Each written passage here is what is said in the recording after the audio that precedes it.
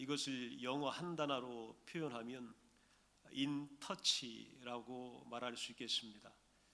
하나님께서 가장 위로가 필요한 사람들을 어떻게 만지시는지, 또 그들을 어떻게 세우셔서 회복시키는지를 오늘 귀한 말씀은 우리들에게 보여주고 있습니다. 이스라엘 백성들이 바벨론으로 끌려가서 유배 생활을 하던 때입니다. 남의 나라에 침략을 받아서 그 백성들이 종노릇하는데 그 나라에 끌려갔다라고 하는 것은 처절한 생활의 현장이 우리 눈앞에 펼쳐집니다. 그 중에서 대표적인 하나님의 종들도 있었는데 다니엘입니다.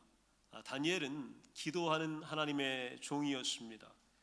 그가 에레미야 25장을 읽고 묵상하면서 하나님의 계시, 하나님의 섭리, 하나님의 계획을 발견하는데 무려 80년에서 70년 전에 어떤 말씀이 예레미야를 통하여 기록되어졌냐면 포로 생활 70년이면 끝날 것이다. 그리고 너희들은 곧 해방을 맞게 되고 또 귀환하게 될 것이다 라고 하는 이 벅찬 하나님의 약속을 가장 힘든 어려움의 상황에서 다니엘이 읽고 있는 겁니다. 하나님께서 다니엘에게 유다 역사를 보여주십니다. 예루살렘 성과 허물어진 성전이 다시 재건되고 다시 보수될 것을 그에게 분명하게 말씀하여 줍니다. 그러나 오늘 바벨론의 한 가운데 있었던 다니엘은 현재 당하고 있는 이스라엘과 이스라엘 백성들의 어려움 때문에 또 고통스러운 운명 때문에 번뇌하고 또 기도하면서 마음과 육체가 지칠 대로 지쳐 있고 많이 약해져 있었습니다. 하나님의 환상이 다니엘에게 임하자 이 환상을 접하고 말씀을 듣다가 그만 땅에 떨어져 기절을 하고 맙니다. 이때 상황이 다니엘 10장 8절에 보면 그러므로 나만 홀로 있어서 이 큰 환상을 볼 때에 내 몸에 힘이 빠졌고 나의 아름다운 빛이 변하여 썩은 듯하였고 나의 힘이 다 없어졌다. 즉 하나님이 오셔서 오늘 환상과 계시를 말씀하시는데 내가 이것을 볼 때에 힘이 쪽 빠졌고 나의 아름다운 빛이 변하여 썩은 빛이 되었고 내 힘이 온데간데 없이 사라졌더라.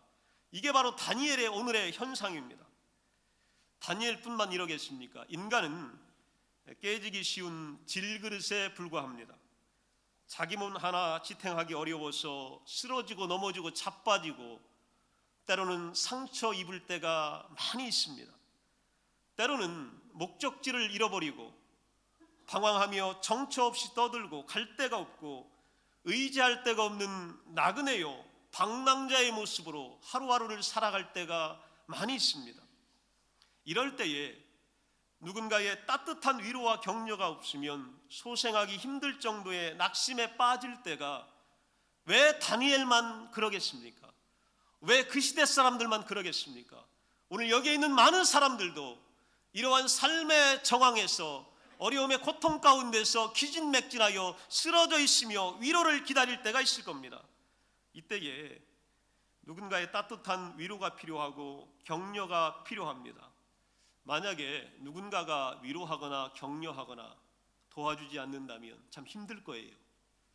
오늘 다니엘과 같은 처절한 운명에 또다시 처해 있는 한 명의 초라한 여인이 등장하는데 이게 바로 창세기에 등장합니다. 하갈이라고 하는 여인 누구냐면 아브라함과 사라의 집의 몸종입니다. 그런데 이 아브라함과 사라에게 자녀가 없기 때문에 이들이 어떤 방법을 택했냐면 몸종을 첩으로 들여서 후계를 잇겠다라고 하는 생각을 갖게 됩니다. 그래서 이 하갈이라고 하는 여인은 자신의 의지와는 무관하게 아브라함의 첩이 되고 아브라함의 아기를 임신하게 됩니다. 임신하고 난 이후에 여주인 사라의 마음이 굉장히 바뀝니다. 그래서 이 여종 하갈을 심히 학대하고 여종 하갈은 이것을 견디지 못하여서 그녀의 앞에서 도망가게 됩니다. 주인을 피하여 도망친 여종, 그 신세가 오죽하겠습니까? 어디 갈 데가 있겠습니까? 누구 하나 걷어줄 사람이 있겠습니까? 광야에서 때로는 적들을 걱정해야 되고 야생의 동물들과 추위를 걱정하며 연명을 걱정해야 되는 그런 여자입니다. 더더욱이 그녀의 몸속에는 아이가 있습니다. 자기 몸 하나 추스리기도 어려운데 아이를 몸에 베고 그렇게 도망쳤습니다. 이 여인의 처지를 성경은 뭐라고 설명하냐면 창세기 16장 11절에 보면 고통 중에 울부짖는 여인이다 이렇게 말합니다. 13절에 보면 살펴줄 사람이 전혀 없는 여인이었다 이렇게 하갈의 현재의 상황을 말하고 있습니다. 그럼 누가 도와줄 건가요? 누구 하나 나타나지 않습니다. 그러나 이 여인에게 여호와의 사자가 나타납니다. 여호와의 사자가 나타나서 11절에 보게 되면 너의 아이가 안전하게 출산하게 될 것이고 후손을 번성하게 할 것이다 라고 하는 약속을 하나님께로 받습니다. 그리고 12절에 보면 그의 아들이 당당하게 잘 자라나서 주위를 정복하며 힘있는 족속의 조상이 될 것이다 이렇게 약속을 하고 있습니다. 하나님께서 곤경에 처한 사람의 외침을 들으신 겁니다. 하나님은 곤경에 처한 사람의 울음소리를 들으십니다. 그리고 그의 입술을 주목하십니다. 또한 그의 곤경을 살피시는 분이고 그런 자들에게 위로의 말씀을 전해주는 분입니다. 하나님은 하갈에게 오늘 그의 곤경을 살핀다는 것을 보여주셨고 그녀에게 위로의 말씀을 전해주십니다. 그리고 나서 다시 그녀가 회복되어서 집으로 돌아갑니다. 그리고 아이를 낳아서 이스마엘이라 이름을 짓고 무려 16년의 세월이 흐르게 됩니다. 아이가 자란 후에 이 여인은 다시 아들과 함께 주인의 집에서 쫓겨납니다. 왜 그러냐면 아브라함과 사라 사이에 이삭이라고 하는 적통의 상속자가 태어났기 때문입니다. 쫓겨난 모자 광야에서 그들의 손에 있는 것은 떡 한 덩이 그리고 물 한 가죽 부대가 전부였습니다. 그리고 광야에서 방황합니다. 그리고 드디어 물이 떨어집니다. 자식을 관목덤을 아래에 두고 21장 16절에 보면 하갈이 아이가 죽는 것을 참아 보지 못하겠다 하고 소리내어 웁니다. 아들과 내가 죽게 생겼습니다. 그리고 이 아이의 울음소리를 어미로서 나는 들을 수가 없는 고통입니다 라고 부르짖게 됩니다. 이때에 하나님이 이 어린 아이의 소리를 들으셨다. 성경은 이렇게 말합니다. 21장 17절에 하나님께서 이 소리를 들으신 거예요. 그리고 하나님의 사자가 그녀를 부르시며 무슨 일이냐 두려워하지 말아라 말씀하신 후에 너의 자손이 큰 민족을 이룰 것이다. 이 땅에서 번성하고 축복을 받을 것이다 라고 하는 위대한 약속을 오늘 갈 곳 없는 비천한 모자에게 해주고 계십니다. 창세기 21장 19절에 보면 하나님이 하갈의 눈을 밝히셨으므로 샘물을 보고 가서 가죽 부대에 물을 채워다가 그 아이에게 마시게 하였더라. 오늘 물이 없어서 죽게 생긴 하갈의 눈이 하나님을 만나고 나서 열리게 됩니다. 죽게 생긴 상황이 아니라 축복의 상황으로 바뀐 겁니다. 오늘 목마른 상황이 아니라 샘물을 만나는 상황으로 하나님은 뜨게 하여 주셨습니다. 오늘 주께서 여러분의 눈을 띄워주셔서 주의 법의 귀희함을 보기를 간절히 축원합니다. 여러분이 소원하고 원하는 것들이 오늘 하나님의 손에 준비되어져 있음을, 하나님이 여러분을 살피심을, 하나님의 여러분의 기도를 들으심을 오늘 보기를 원합니다. 하갈이 드디어 본 거예요. 신비롭게 본 겁니다. 그리고 그 물을 마시는 놀라운 역사를 알게 됩니다.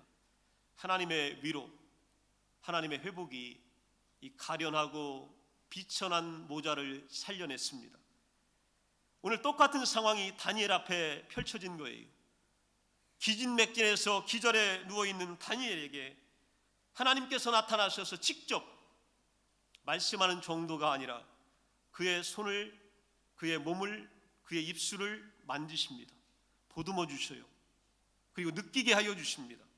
다니엘 10장 10절에 보게 되면 한 손이 있어 나를 어루만지시기로 내가 떨었더니 그가 내 무릎과 손바닥이 땅에 닿게 일으키고 넘어져 있는 다니엘을 하나님께서 이렇게 세운 겁니다. 그리고 16절에 보면 인자와 같은 이가 있어 내 입술을 만질지라 하나님께서 다니엘의 입술을 이렇게 만져주신 거예요. 18절에 보면 또 사람의 모양 같은 것 하나가 나를 만지며 나를 강건하게 하여 이렇게 말씀합니다. 일으켜 세운 후에는 다니엘을 강건하게 힘있게 만들어 주십니다. 하나님이 무려 10장에서 다니엘을 3번을 만져주셔요. 3번. 그리고서 다니엘이 일어납니다. 오늘 부활한 후에 예수님을 배반하고 갈릴리 바다로 떠났던 베드로를 찾아간 예수님, 베드로에게 3번 물어보십니다. 내가 나를 사랑하느냐? 내가 주를 사랑하는 줄 주께서 아십니다. 3번을 만지시고 물어보셔서 예수님은 베드로를 일으켜 세우셨고, 오늘 3번을 보듬으셔서 하나님은 다니엘을 일어나게끔 만들어 주셨습니다. 여기서 그친 것이 아니라 심령을 강건하게 하기 위하여 위로의 말까지 하나님은 전해 주십니다. 다니엘 10장 19절에 보면 이르되 큰 은총을 받은 사람이여 두려워하지 말라. 평안하라. 강건하라. 강건하라. 그가 이같이 내게 말하며 내가 곧 힘이 나서 이르되 주께서 나를 강건하게 하셨사오니 말씀하옵소서. 오늘 이렇게 세우고 나서 하나님이 뭐라고 하셨냐면 큰 은총을 받은 자요, 다니엘은 하나님이 쓰시는 자고 너는 내가 보호하는 자고 너는 내가 함께하는 자다, 이렇게 말씀하시면서 3가지를 말씀하신 거예요. 두려워하지 말아라, 그리고 평안해라, 그리고 강건해라. 강건해라, 이렇게 말씀하십니다. 하나님은 그분의 말씀을 통해 우리에게 필요한 평안과 힘을 주십니다. 기도하는 시간, 예배하는 시간, 찬양하는 시간, 말씀 듣는 시간은요, 하나님께서 우리를 만져주시는 시간이고 우리를 일으켜주시는 시간이고 우리를 보듬어주는 시간이고 위로받고 회복되는 시간입니다. 오늘 세상에서 때로는 절망을 만났으나 때로는 죄악과 더불어 우리는 기진맥진하여 하나님 앞에 머리 들 수 없으나, 그러나 그 어떤 존재라도 하나님은 만져주십니다. 하나님은 찾아오십니다. 그리고 하나님은 위로하여 주시고 일으켜 세워주는 줄로 믿습니다. 바로 이 하나님 때문에요, 다니엘은 3가지 영역에서 찾아온 위기를 이겨냅니다. 다니엘에게도 위기가 어마어마했어요. 그런데 하나님이 만져주시니까 여러분, 이 위기는 반전이 됩니다. 바뀌게 된 거예요.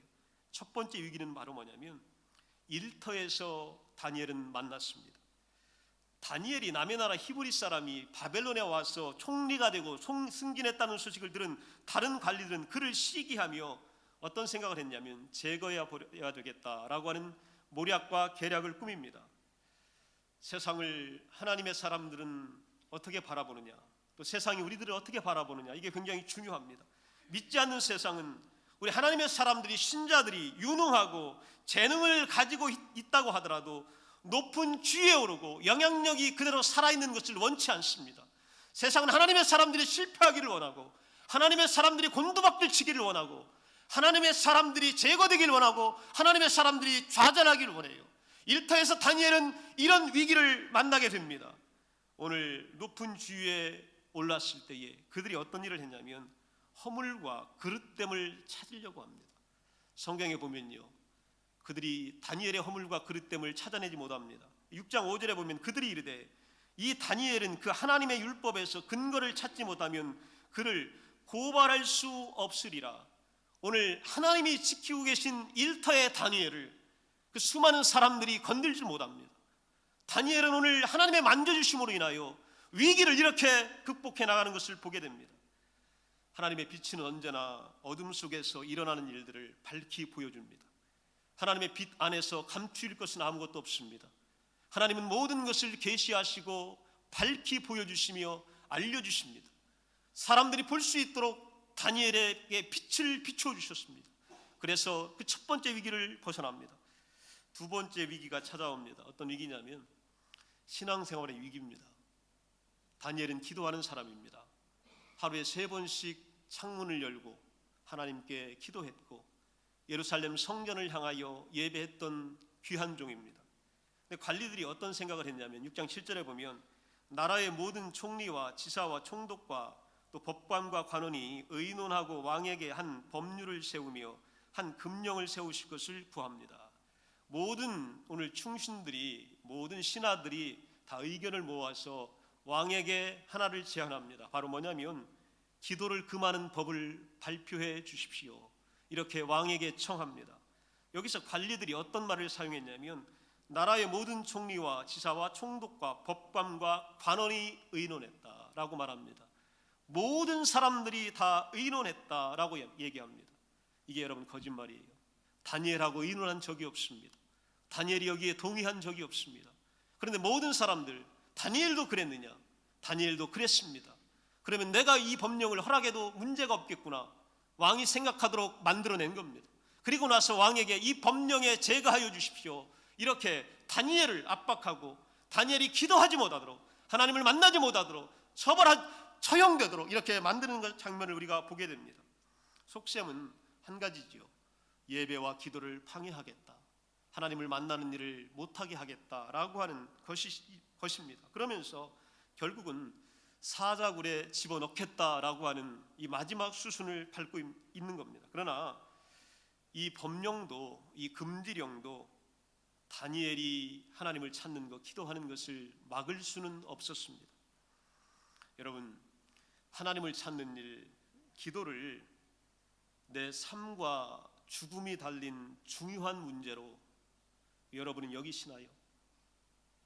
나 스스로가 그렇게 여기시나요? 하나님 앞에서 내가 기도하는 일이 생명이 있는 일로, 내가 죽고 사는 일로, 하나님 앞에 예배하는 일이 내 생명보다 더하다고 여기시나요? 적어도 다니엘에게는 그랬습니다. 다니엘은 하나님께 기도하고 예배하는 일이 생명보다 더 귀했습니다. 오늘 죽는 것보다 기도하는 일이 더 중요했습니다. 오늘 사자굴에 들어가는 것보다 하나님을 향하여 창문을 열고 무릎 꿇는 것이 훨씬 더 중요했습니다. 세 번째 위기가 찾아옵니다. 이건 믿음 생활에서 또 찾아왔습니다. 첫 번째, 두 번째 위기가 결국은 세 번째 위기, 믿음의 위기를 만든 거예요. 세 번째 위기가 바로 뭐냐면 드디어 다니엘이 사자굴에 던져지게 됩니다. 하나님의 종이, 하나님의 위대한 선지자가, 기도하는 종이 사자굴에 던져져요. 다니엘 6장 16절에 보면 이에 왕이 명령하여 다니엘을 끌어다가 사자굴에 던져 넣는지라. 왕이 다니엘에게 이르되 내가 항상 섬기는 너의 하나님이 너를 구원하리라 하니라. 오늘 왕이 드디어 재가를 합니다. 그리고 사자굴에 다니엘을 집어넣습니다. 하나님은 다니엘이 사자굴에 던져지는 것을 막지는 않으셨습니다. 이게 여러분 믿음의 척도입니다. 다니엘이 지금 사자굴에 떨어졌습니다. 사자 앞에 놓였습니다. 그러나 대신 사자를, 또 사자굴 안에서 하나님은 사자의 입에서, 사자의 이빨에서 그를 보호해 주셨습니다. 이게 우리가 만나는 위기입니다. 이게 우리가 만나는 때로운 기회입니다. 사자굴에 떨어지는 것 때문에 우리는 하나님의 신실하심을 의심할 때가 있습니다. 오늘 내가 사자굴에 떨어져도 하나님은 우리와 함께 하십니다. 그리고 하나님은 우리를 사자의 입에서 보호하여 주십니다. 이것이 바로 믿음의 위기 가운데서 다니엘이 만났던 위대하신 하나님입니다. 6장 22절에 보면 나의 하나님이 이미 그의 천사를 보내어 사자들의 입을 봉하셨으므로 사자들이 나를 상해하지 못하였도다. 성경은 이렇게 말씀합니다. 여러분이 가는 앞길에 이미 천군과 천사가 떠난 줄로 믿습니다. 그곳에 천군과 천사가 불칼과 불병과와 불말을 들고 지키는 줄로 믿습니다. 감히 사자가 여러분을 물지 못합니다. 그 입이 벌어지지 못합니다. 무서워서 떨게 되어 있습니다. 이것이 바로 하나님의 종을 보호하셨던 하나님의 위대하신 역사였습니다. 23절에 보면 하반절에 그렇게 나옵니다. 그의 몸이 조금도 상하지 아니하였으니 이는 그가 자기의 하나님을 믿음이었더라. 그가 왜 상하지 않았느냐? 사자굴에 떨어졌을 때도 하나님을 믿었기 때문입니다. 오늘 실패했을 때도 하나님을 믿었기 때문입니다. 다니엘은 하나님을 믿었고 하나님을 향하여 신실함이 한 번도 변한 적이 없기 때문에 사자굴 밖에 있었던, 사자굴 안에 있었던 다니엘에게는 전혀 문제가 되지 않습니다. 하나님의 전능하신 오른팔이 다니엘과 함께 하셨기 때문입니다. 하나님은 여러분이 하갈처럼 외로울 때도 만져주실 겁니다. 하나님은 여러분이 하갈처럼 괴로울 때도 여러분을 보듬어 주실 겁니다. 그리고 만져주실 겁니다. 하나님은 여러분이 위기를 당할 때에도 여러분을 돌보아 주실 겁니다. 그리고 지켜주실 겁니다. 그리고 막아주실 겁니다. 이것이 바로 우리의 믿음입니다.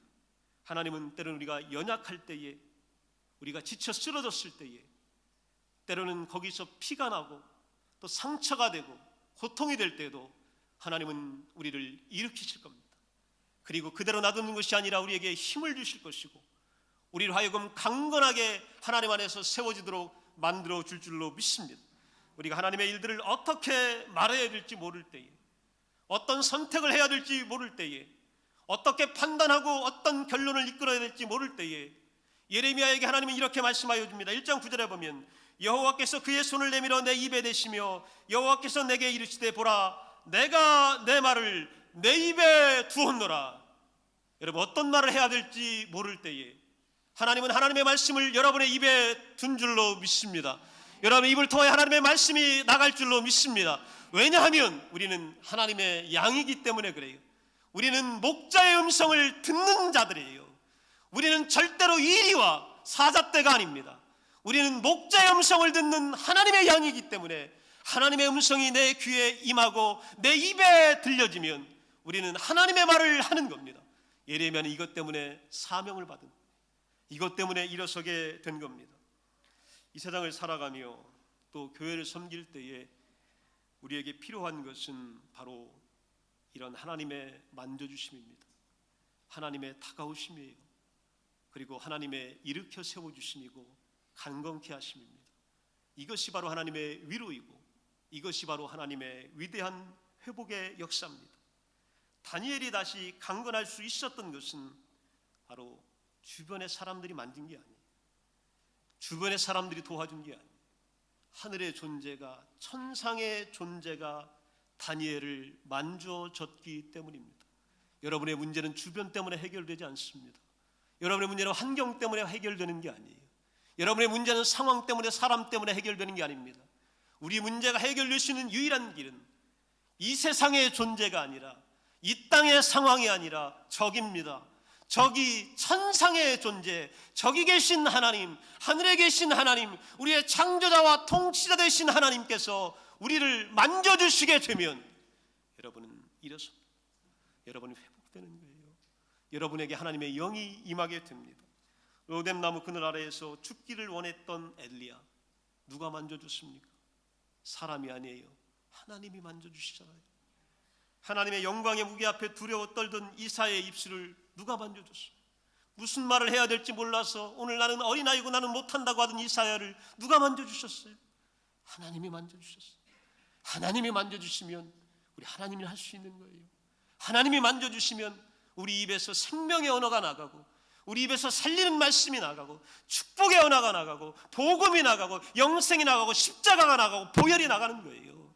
하나님이, 천상이 오늘 우리에게 주목하면 이 땅의 문제는 변화될 줄로 믿습니다.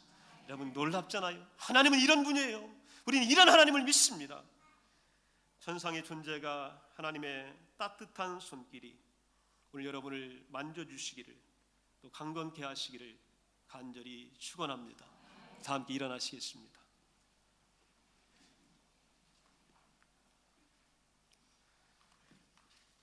오늘 여러분, 하나님께서 여러분을 만져주시길 원합니다.